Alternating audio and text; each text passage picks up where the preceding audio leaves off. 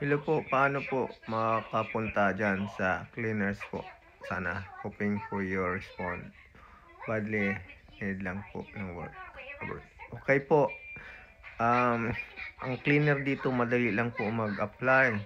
Unang-una po, pupunta ka po ng Immigration Australia sa online. Makikita mo doon po, create ng IMI account. IMI account. Pag nakagawa ka na ng account, mamimili ka po ng visa. Yung mga visa po yun, working visa, may mga condition po yun. Mamimili ka kung alin doon. Tapos po, pag nakakuha ka na ng visa na babagay sa'yo, i-apply mo yun, magbabayad ka.